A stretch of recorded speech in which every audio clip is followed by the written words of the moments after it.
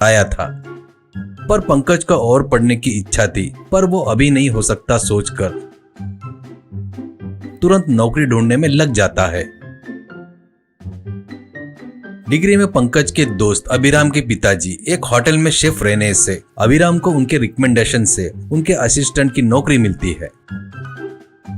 एक दिन दोनों मिलते हैं तब, क्या रे पंकज, मुझे अचानक शिप में जाने की नौकरी मिल गई है। अगर तू करता बोलता है तो मेरी जगह पर तुझे रख लेंगे करके डैडी को रिक्वेस्ट करता हूँ करके बताता है। पंकज को उसकी बातें अमृत जैसी लगती है और वो तुरंत अभिराम के पिताजी के पास असिस्टेंट की नौकरी में लग जाता है।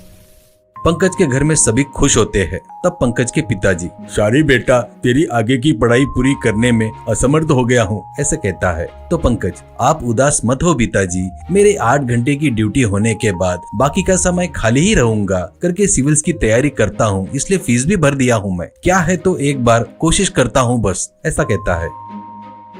पर वो क्या था ग्रहों का दोष पता नहीं, उस होटल का मालिक अचानक मर जाने से उस होटल को उनके रिश्तेदार बंद कर देते हैं। पंकज अब फिर से रोड पर आ जाता है नौकरी ढूंढने के लिए।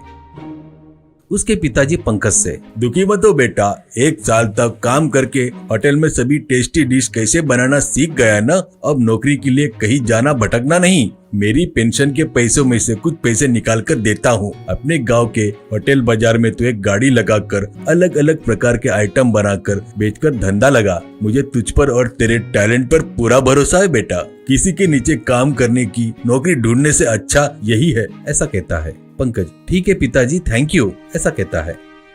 होटल बाजार बोले तो उस एरिया में आधा डजन होटल लाइन से रहते हैं, इसलिए उसको वैसा नाम पड़ा था। पंकज उस बाजार में एक जगह देखकर गाड़ी लगाकर chicken biryani, mutton biryani, egg biryani, fish biryani, ऐसे हर तरह के बिरयानी बनाकर अपना बिजनेस शुरू करता है।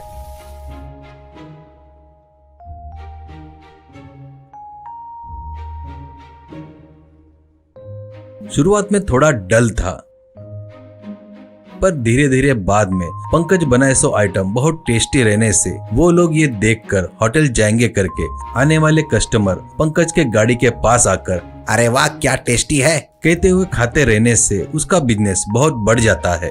उस बाजार में सभी होटलों में से मंजूषा होटल बहुत फेमस था। उसका मानिक शाह, उसके लिए होटल का बिजनेस बोले तो एक छोटी सी बात थी। वो इसकी आड़ में ब्लैक मनी, चोरी के सोने का व्यापार करते रहता था।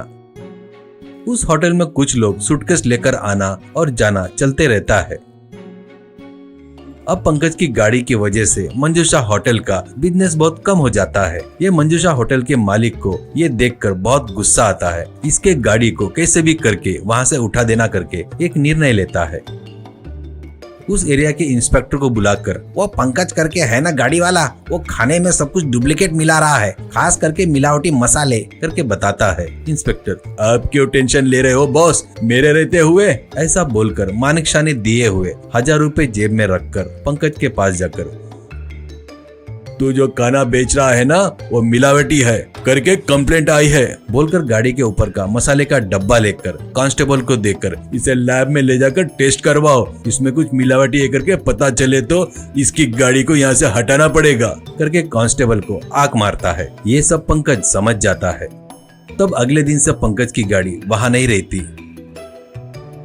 तब इंस्पेक्टर मानिक शाह से, देखा ना मेरा पावर, डर गया पागल कहीं का, अब तुम्हारे टक्कर का कोई भी नहीं है, ऐसा कहता है। पर 10 दिन होते ही फिर से पंकज की गाड़ी आ जाती है वहां पर। मानिक शाह, इसकी इतनी हिम्मत, पुलिस वाले से भी नहीं डरा, ऐसा कहता है दांत मीचते हुए। इंस्पेक्टर को फोन करता है तो वो मानिक शाह से, गुरु मेरे ऊपर पुराने करप्शन के केस फिर से खोल दिए हैं, मैं उसी के काम में हूँ। एक काम करो, गुंडों को भेजकर उसकी जमकर धुलाई करके उसकी गाड़ी को तोड़ फोड़ डालो, फिर इस चौक की तरफ आंख उठाकर देखना बोले तो उसकी फट जाएगी, ऐसा होने को होना, ऐसा कहता है। ऐसा सलाह देकर फोन रख देता है।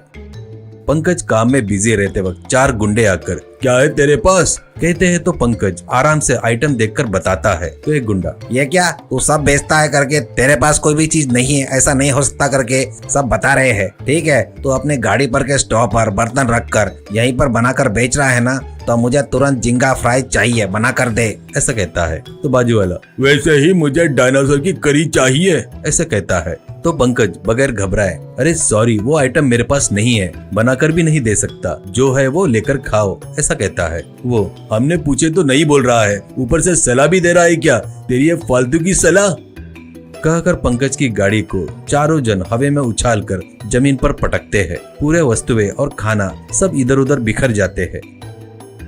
उतने में वो नहीं रुककर गाड़ी के टुकड़े टुकड़े कर रहे थे। वो लोग कर रहे इस काम को देखकर पंकज 4 कदम पीछे जाकर आराम से देख रहा था।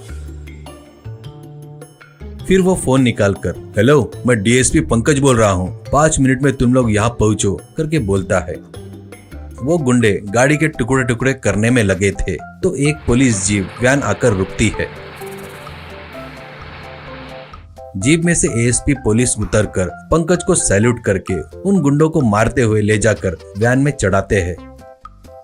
तब पंकज आपको और एक काम करना है, ये Manik Shah proprietor black money चोरी का सोने का व्यापार कर रहा है, मैं अपनी गाड़ी के पास से उन स्मगलरों को आते जाते देखता हूँ, ऐसा कहता है।